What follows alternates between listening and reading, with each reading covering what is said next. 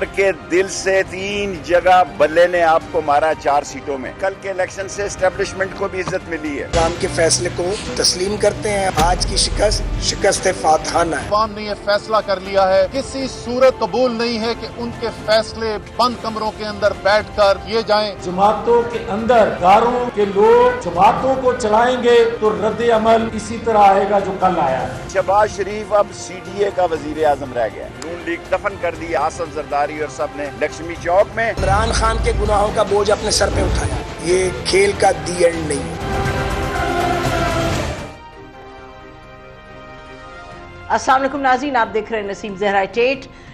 कल पाकिस्तान की सियासी तारीख का हम तो कहेंगे एक मेजर अपसेट हुआ। मेजर अपसेट ऐसे हुआ कि PTI जिसके हवाले से PTI खुद भी कह रही थी कि 6, 8, 10, 12 सीट्स शायद मिल जाए। 20 सीट्स में से जो बाई इलेक्शन हुआ पंजाब में, बहुत अहम इलेक्शन इस वजह से था क्योंकि पंजाब का जो मूड है उसको उसकी वो अक्कासी कर रहा था। जो रिजल्ट उसका है, रिजल्ट जब आया तो सब दंग रह गए और रिजल्ट ऐसा आया कि सबसे ज़्यादा दंग तो PMLN रही होगी क्योंकि 20 सीट्स में से उनको खाली 5 सीट्स मिली और 4 सीट्स मिली और 15 मिली PTI को। तो मेजर अपसेट ये है। और PTI ने 2018 के इलेक्शन में जो जीत उनकी हुई तो ये अपनी अपनी ओपिनियन है। उस वक्त हमें लगता है कि इस्टेब्लिशमेंट ने उनकी बड़ी मदद की थी, प्री इलेक्शन और बाद की भी बात है। लेकिन ये जो इलेक्शन कल वो जीते हैं, जो 15 सीट्स जीतते हैं, वो उन्होंने बिल्कुल अपने जोरे बाजू पे, अपनी जोरे सियासत पर, अपनी एक जो उनकी विजन थी और जो जिस तरीके से उनकी पार्टी के जो चेयरमैन थे, जिस तरीके से वो कैंपेन करते रहे, तो ये सरासर जो है इसका सेहरा जाता है PTI को इस जीत का। और दूसरी तरफ PMLN जो हारी है, ये तारीखी हार है उनके लिए। PMLN सोच भी नहीं सकती थी कि ये होगा। इनफैक्ट ये ख्याल था कि जो PMLN की टिकट है वो बस जिताएगी हर एक को, लेकिन उसके हमने देखा बरक्स। हमने देखा कि जो PMLN की टिकट लिए हुए था वो हारा, 4 लोग जीते ज़रूर। और ये भी हम सुन रहे हैं कि लोग कह रहे हैं कि जी असल में तो देखिए ना, PMLN ने तो जो है सीट्स उनको हासिल हुई क्योंकि ये PTI की सीट्स थी। ये हकीकतन ठीक नहीं बात, क्योंकि इंडिपेंडेंट्स थे 11 उसमें से जो कि PTI के पास गए थे। तो इसका मतलब ये है कि ऑल इन ऑल इस माहौल में, ये वो माहौल था इलेक्शन का जिसमें कि इसमें कोई दो राय नहीं है कि इस्टेब्लिशमेंट न्यूट्रल कहें या अगेंस्ट कहें वो आपकी मर्जी है, लेकिन इस्टेब्लिशमेंट PTI के साथ हरगिज़ नहीं थी। और बहुत जाहिर है 12 पार्टीज, जितनी पार्टीज थी रूलिंग पार्टी, वो भी सब PTI के खिलाफ थी। तो बड़ा दिलचस्प ये एक कल हमने रिजल्ट देखा है। इस पर नाज़रीन तफसील में ज़रूर बात होगी कि what does it reflect Pakistan की सियासत के बारे में, वो ये क्या कहते हैं, और पंजाब की सियासत जो कि पिछली 2-3 दिहाई से PMLN के बिल्कुल हाथ में थी, उसके बारे में ये क्या कहते हैं। और दूसरी बात ये भी बताते चले इससे पहले कि हम अपने जो पहले सेगमेंट के गेस्ट हैं फ़याज़ुल हसन चौहान साहब, PTI के लीडर हैं, उनसे बात करें। हम ये कहना चाहते हैं कि ये बड़ी क्लियर होगी PMLN के अंदर। हम देख रहे थे कि उनके एक मेन लीडर अभी कुछ ही देर पहले वो कह रहे थे कि जी जो नवाज शरीफ साहब और जो मरीम नवाज साहब है, उनका जो बयानिया वो जीत गया और हुकूमत का बयानिया हार गया। क्योंकि ये याद रहे कि अंदर बिल्कुल एक डिबेट थी PTI में कि क्या वोट ऑफ नो कॉन्फिडेंस के बाद हुकूमत बनानी चाहिए या फ्रेश इलेक्शंस में जाना चाहिए। तो बड़ी दिलचस्प डेवलपमेंट है। अब ये तो हो गई बात, ये तो सामने आ गया रिजल्ट। अब आगे क्या होता है, आगे के हवाले से कुछ अहम सवाल है, हम पूछते हैं। हमारे साथ चौहान साहब मौजूद है। बहुत शुक्रिया प्रोग्राम करने का चौहान साहब।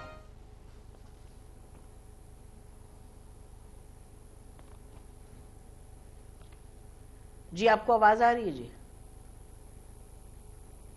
चौहान साहब आपको आवाज आ रही है हमारी? जी जी मुझे आ रही है मैम आपकी आवाज जी। आप सवाल अच्छा ओके। अच्छा तो चौहान साहब सबसे पहले तो ये बताइएगा कि जाहिर है चीफ मिनिस्टर बनने जा रहे हैं परवेज इलाही साहब, क्योंकि ये आपकी पार्टी ने भी आज इस बात की फिर से उसको रीइंफोर्स कर दिया।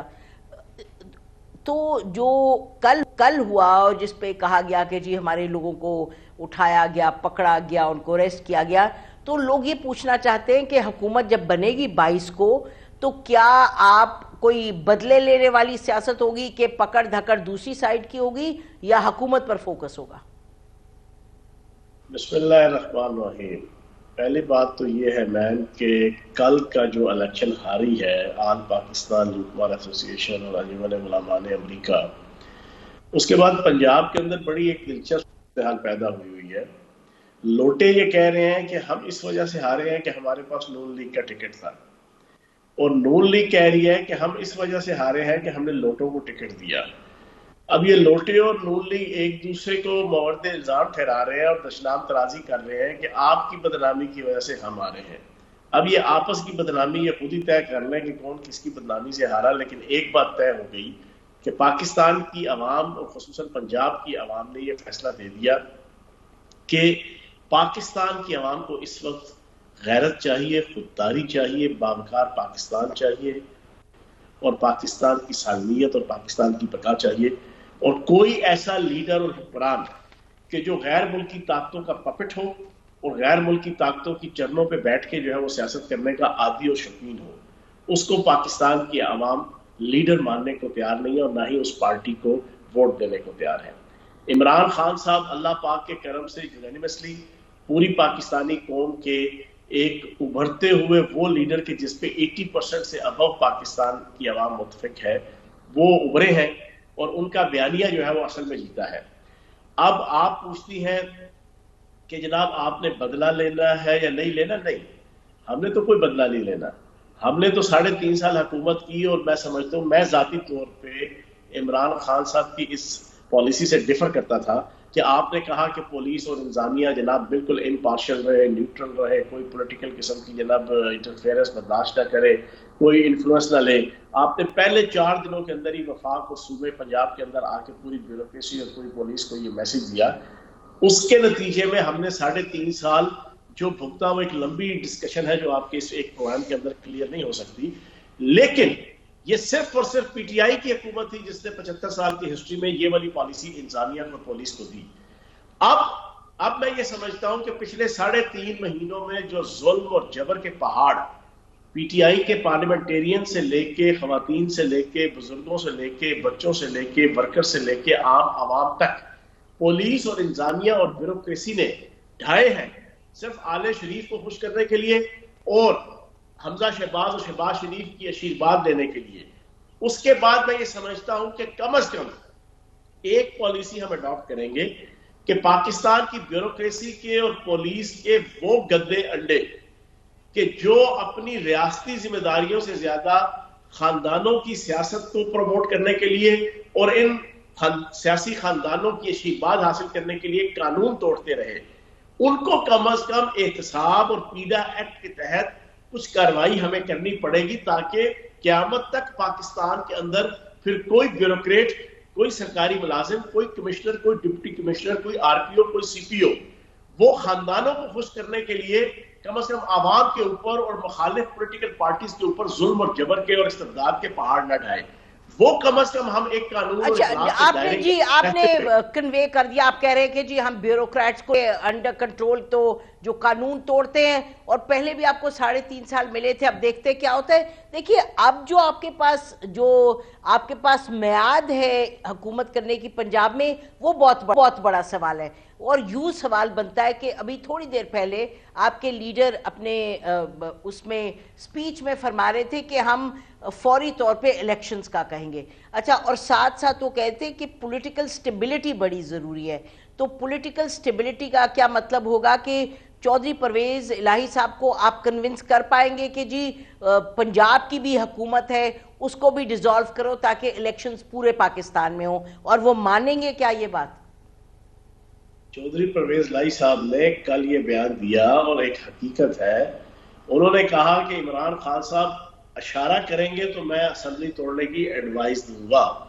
चौधरी परवेज इलाही साहब एक इत्तेहादी की हैसियत से पीटीआई की और इमरान खान साहब की पॉलिसीज के वो पाबंद हैं और उन्होंने क्लियर कट कल मैसेज दे दिया है अब ये हमारी पॉलिसी है पीटीआई की कि जो लीडरशिप तय करेगी, अगर वो कहते हैं कि सिर्फ कौमी असम्बली को तोड़ के नेशनल असम्बली का इलेक्शन करवाया जाए तो हम मुताबिक चलने को तैयार है। अगर वो कहते हैं कि नहीं, तमाम असम्बलियां तोड़ के री इलेक्शन सूबाई और कौमी असम्बली के करवाए जाए, हम उस पॉलिसी पे भी चलने को तैयार है।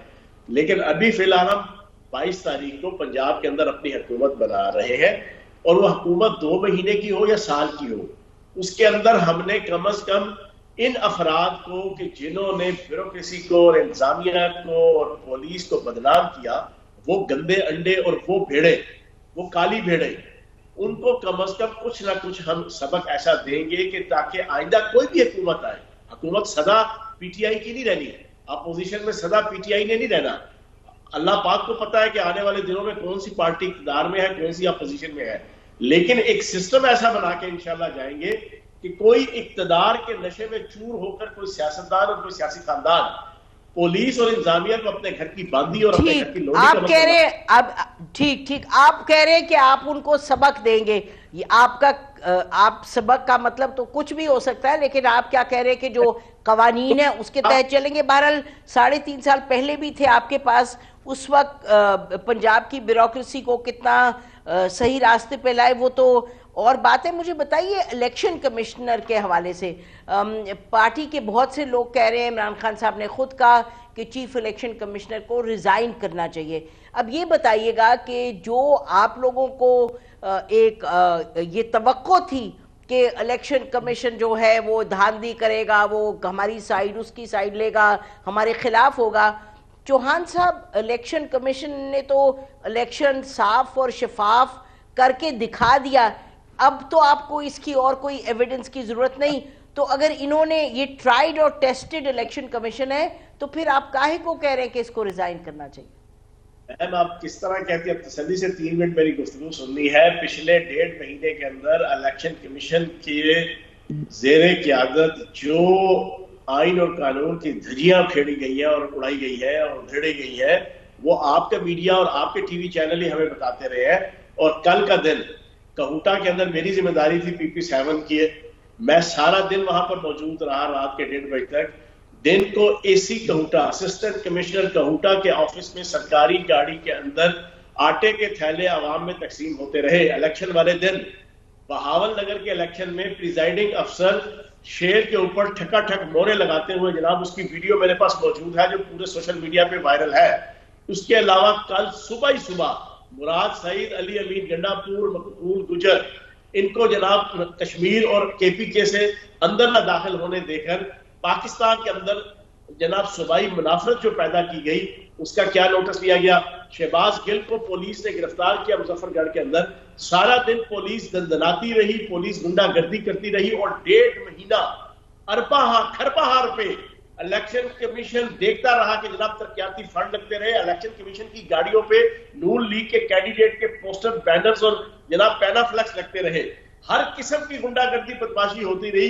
आप बताओ, सबसे इंपॉर्टेंट चीज मैम आपकी इस प्रोग्राम की वसादत से, इलेक्शन कमीशन की सबसे बड़ी नाकामी यह है, बेगम सफदर अवान पाकिस्तान की सबसे बड़ी अदालत की testified, rectified, verified, purified, simplified मुजरिम है, क्लियर कट मुजरिम है। वो पूरे इलेक्शन के अंदर कैंपेन करती रही। मुझे दुनिया के किसी बनाना रियासत के अंदर बता दें कि सुप्रीम कोर्ट को माशरे की सबसे आला अदालत की सजा याफ्ता कोई फर्द और खातून इलेक्शन के अंदर कैंपेन करे और अपने मुखालफिन की जनाब किस्तों को उछाले और उनकी जनाब उनके खिलाफ तकरीरें करे, कोई होता है कभी? इलेक्शन कमीशन ने इस पर नोटिस लिया? आज तक पिछले 3.5 सालों से चलो होता रहा, लेकिन इस इलेक्शन कैंपेन के अंदर उसने कैंपेन किया कि मुजरिमा ने तीसरी दफा कहूंगा, एक मुजरिमा ने, उसका इलेक्शन कमीशन ने क्या नोटिस लिया? हमने अगर कोई चीज पॉइंट आउट की तो जनाब हमें तो जनाब नोटिस लेके बताया गया, टीवी चैनलों पे इमरान खान और फयाज चौहान की तकारीर का और कुरान का नोटिस ले लिया गया। तो ये जो मुजरिमा जो है वो तकारीर करती रही, उसका नोटिस अभी तक किसने क्या लिया? और फिर कल का इलेक्शन डे पूरा पाकिस्तान का मीडिया सारा दिन बताता रहा जो गुंडागर्दी और बदमाशी होती रही। तो मैं ये समझता हूँ इलेक्शन कमीशन, तो आप कह रहे हैं कि इलेक्शन कमीशन जो थी वो आपके खिलाफ चीजें हो रही थी, उसने एक्शन नहीं लिया। तो अब देखते हैं आप इस चीज को किधर उठाते हैं, इस मामलात को कहां उठाते हैं। PMLN के पास अपनी लिस्ट है शिकायत की। अगला सवाल मिस्टर X और मिस्टर वाई के हवाले से है। डॉक्टर यास्मीन राशिद साहबा ने कहा इसमें मिस्टर एक्स मिस्टर वाई जो हैं वो इन्वॉल्व है और हमारे खिलाफ काम कर रहे हैं पंजाब में जो बाई इलेक्शंस है उनमें। अच्छा, ये आप मुझसे बेहतर जानते हैं कि अगर कोई मिस्टर एक्स वाई होते तो आप तो 2018 में देख चुके हैं कि मिस्टर एक्स वाई जब इन्फ्लुएंस करना चाहते हैं तो किस तरीके से करते हैं। तो कल जो रिजल्ट आया है चौहान साहब, तो वो मिस्टर एक्स वाई का तो कोई नामो निशान नजर नहीं आया। तो क्या आप कहेंगे कि वो आप लोग उस बात को जरा रिव्यू करेंगे, ये जो आप कह रहे थे मिस्टर एक्स और मिस्टर वाई जो हैं वो इन्वॉल्व होंगे या नहीं इस्टेब्लिशमेंट? मैन बात यह है, हमारे कैंडिडेट्स को डायरेक्ट फोन आए, हमारे कैंडिडेट्स को थ्रेट लगाई गई, हमारे कैंडिडेट्स को मलक नवाज हमारा जो लाहौर का कैंडिडेट हारा है उसको क्लियर कट धमकियां दी गई कि आप टिकट नहीं लेना पीटीआई का। फिर उसके पूरे इलेक्शन के अंदर उसको दबाया गया। फिर हर हल्के के अंदर जिस तरीके से सारी इन्वॉल्वमेंट हुई, मैं ये समझता हूं कि ये इन्वॉल्वमेंट नहीं होनी चाहिए थी।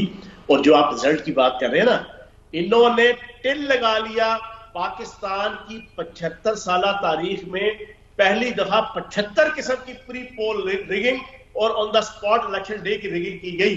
लेकिन आवाम का रुझान इतना था इमरान खान साहब की कॉल के ऊपर, इमरान खान साहब के बयानिए के ऊपर, जो ईमान इतना मजबूत था कि इनकी ये 75 किस्म की जनाब टैक्टिक्स नाकाम और नामुराद हुई। इन्होंने कसर कोई नहीं छोड़ी थी। बाकी मेरी तो यही रिक्वेस्ट है कि जो एस्टेब्लिशमेंट है उसको पॉपुलर बयानिया, जो आवाम के अंदर जज्बे हुब्बुल वतनी के ऊपर मबनी पॉपुलर बयानिया हो, उसके हक में रहना चाहिए, उसके खिलाफ नहीं जाना चाहिए। अच्छा, आखिरी सवाल ये कि अभी प्रेसिडेंट आरिफ अलवी आपकी पार्टी के नॉमिनी थे, अभी वो ही इज देयर एज प्रेसिडेंट, और इमरान खान साहब ने भी कुछ ही देर पहले कहा कि फौरी तौर पे इलेक्शंस होने चाहिए। तो एक इलेक्शन करवाने का तो तरीका सीधा सीधा ये है कि 3 वोटों से हुकूमत बैठी है इस्लामाबाद में और चौधरी परवेज इलाही साहब आपके सीएम बनने जा रहे हैं और चौधरी परवेज इलाही साहब के खानदान के 3 वोट्स हैं जिनको अगर हटाएं तो हुकूमत घर जाती है। तो क्या कोई सोच विचार है इस पे कि क्योंकि आपकी पार्टी लीडरशिप फौरी तौर पे इलेक्शन चाह रही है और ये इस तरीके से इलेक्शन किया जा सकता है अगर पीएमएलक्यू अपनी सपोर्ट, पीएमएलक्यू के जो 3 उनके खानदान के मेंबर्स हैं जिन्होंने सपोर्ट दी हुई है पीएमएलएन को, तो कुछ इस तरह की सोच है कि हुकूमत को वोट ऑफ नो कॉन्फिडेंस से गिराया जाए? वोट ऑफ नो कॉन्फिडेंस क्या, 3 वोट उनके इधर हो जाए तो हुकूमत घर जाती है?